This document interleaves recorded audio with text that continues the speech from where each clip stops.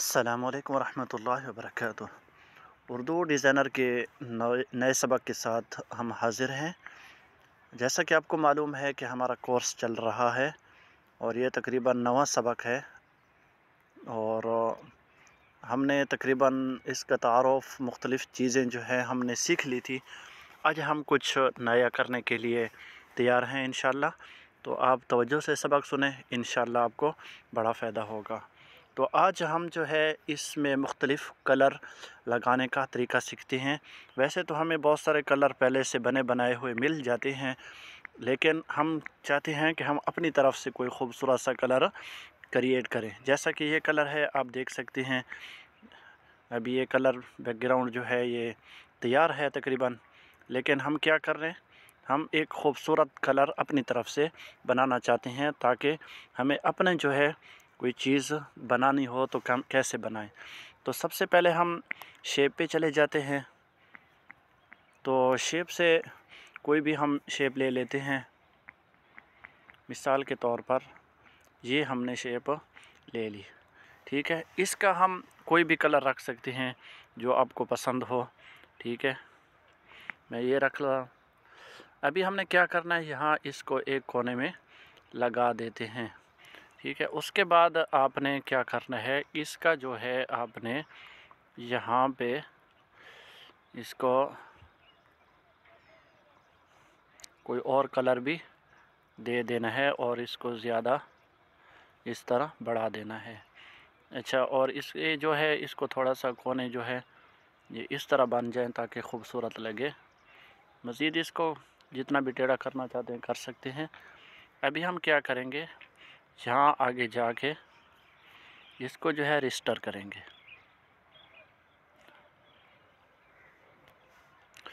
तो देखिए, रजिस्टर करने के बाद आपको जो है ये फीटर वाला का जो ये ऑप्शन है आपको मिल जाएगा और यहाँ आपने टाइप करना है इस तरह का। उसके बाद आप ये देख सकते हैं, आपने ये टाइप को भी ख़त्म करना है और एक साइड को भी, सॉरी, ये इस साइड को ख़त्म कर दें और ये बाकी रहने दें, दो साइडें, ठीक है। और उसके बाद आपने साइज़ में चले जाना है और साइज़ जो है ये नीचे वाले जो है इसको आप इस तरह कर दें, ठीक हो गया। तो अभी ये देखें,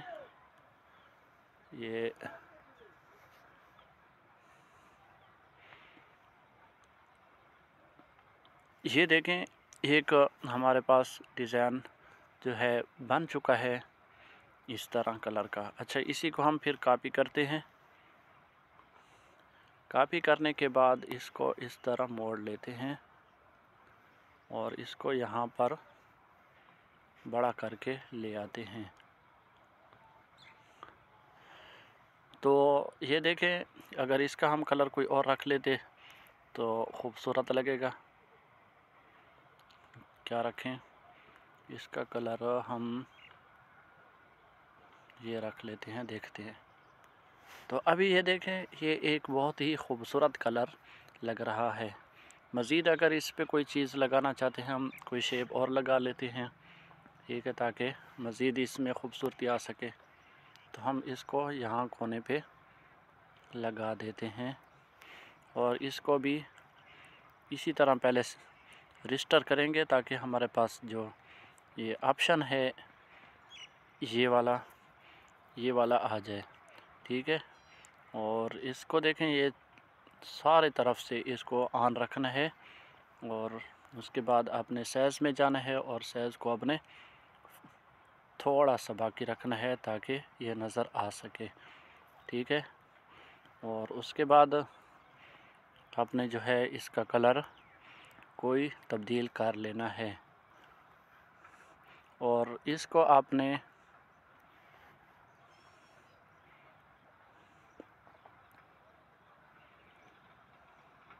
बड़ा करके यहाँ से ये जो 3 डॉट लकीरों वाली जगह है इस पे आकर आपने इसको इस वाले बटन पे तब कर देना है ताकि ये सारों के नीचे चला जाए। ये अभी नीचे चला गया है, ठीक है। और इसका कलर हम फिर से कोई चेंज करते हैं ताकि खूबसूरत नज़र आए।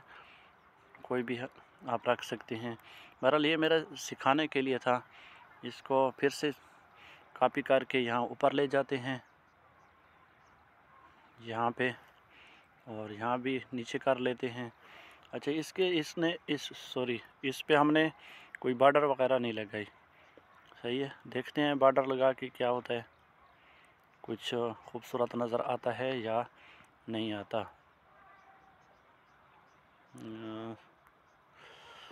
कोई ऐसा कलर लगाते हैं जो ज़्यादा ज़हर आ जाए। तो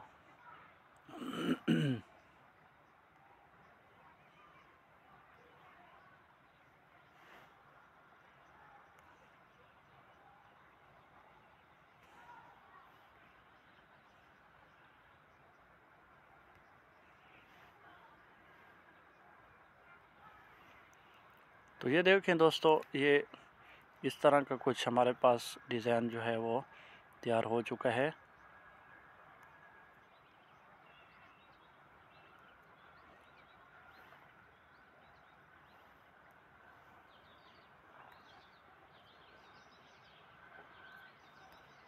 तो ये देखें, हमारा बैकग्राउंड जो है वो खूबसूरत सा तैयार हो चुका है। अभी हम इस पे कोई भी काम करना चाहें तो कर सकते हैं। एक और चीज़ हम यहाँ सीखना चाहेंगे।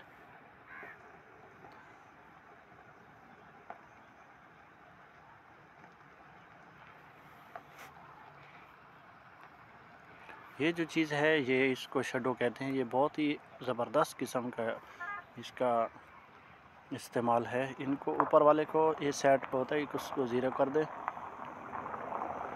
और नीचे वाला जो है इसको धुंधला रखें थोड़ा सा, और इसका जो है साइज़ थोड़ा सा बढ़ा दें। उसके बाद आपने यहाँ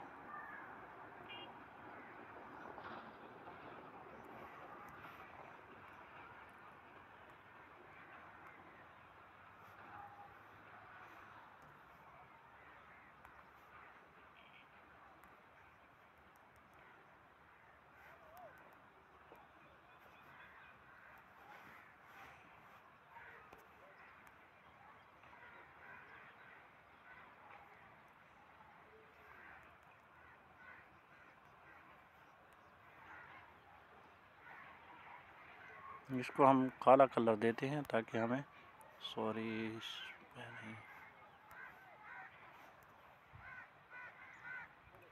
शैडो का काला कलर देना है,